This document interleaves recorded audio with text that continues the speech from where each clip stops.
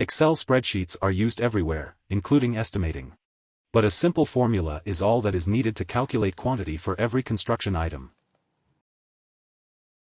To get the subtotal in this worksheet, you have to consider the quantity, 3 dimensions, and conversion. If only one dimension exists, whether it's length, width, or height, then you will only get distance. But if there are 2 dimensions, then you should get area. Well, when you have all 3 dimensions, then you will get volume. Now if a conversion factor was put in, then you will get whatever you want, like imperial or metric. Pounds of rebar, cubic yard of concrete. Number of masonry blocks or bricks. Board feet of lumber or sheets of plywood. We are going to look at a really simple example of slab on grade to calculate the quantities of formwork, concrete and finishing. Here we have a slab 40 feet long and 20 feet wide. Let's calculate the finishing surface area. There is one slab, length 40 feet, width 20 feet. The formula for the area is just pieces times length times width for the result of 800 square feet.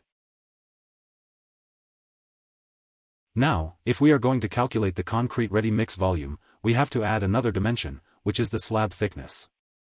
Our slab here is 3 inches, or 0.25 foot. In the spreadsheet, we are putting in the same length and width, but adding the thickness of 0.25 also in the unit of foot. However, for the volume formula, we cannot copy the same one used for surface area from above.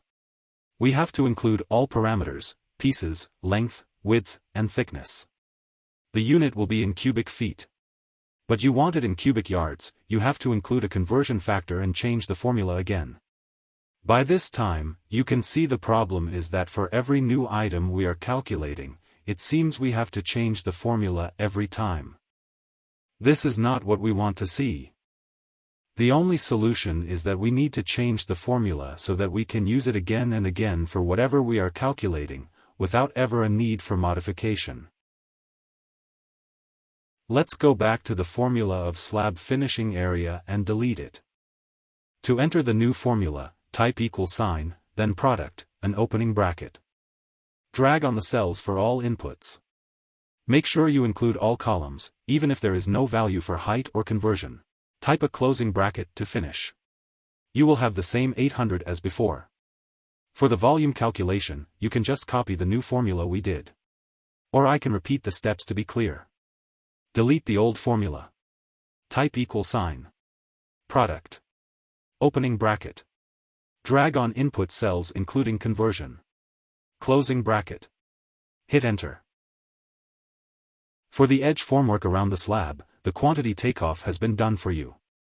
The calculation can be simply done by copying and pasting the new formula we did. The last test for our new formula is the weight of ready mix.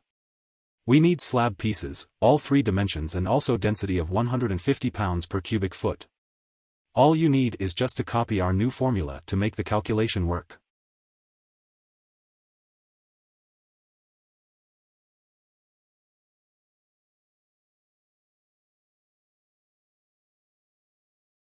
Here's one more challenge for you. What if we need to calculate cubic yard or cubic meters for the concrete volume?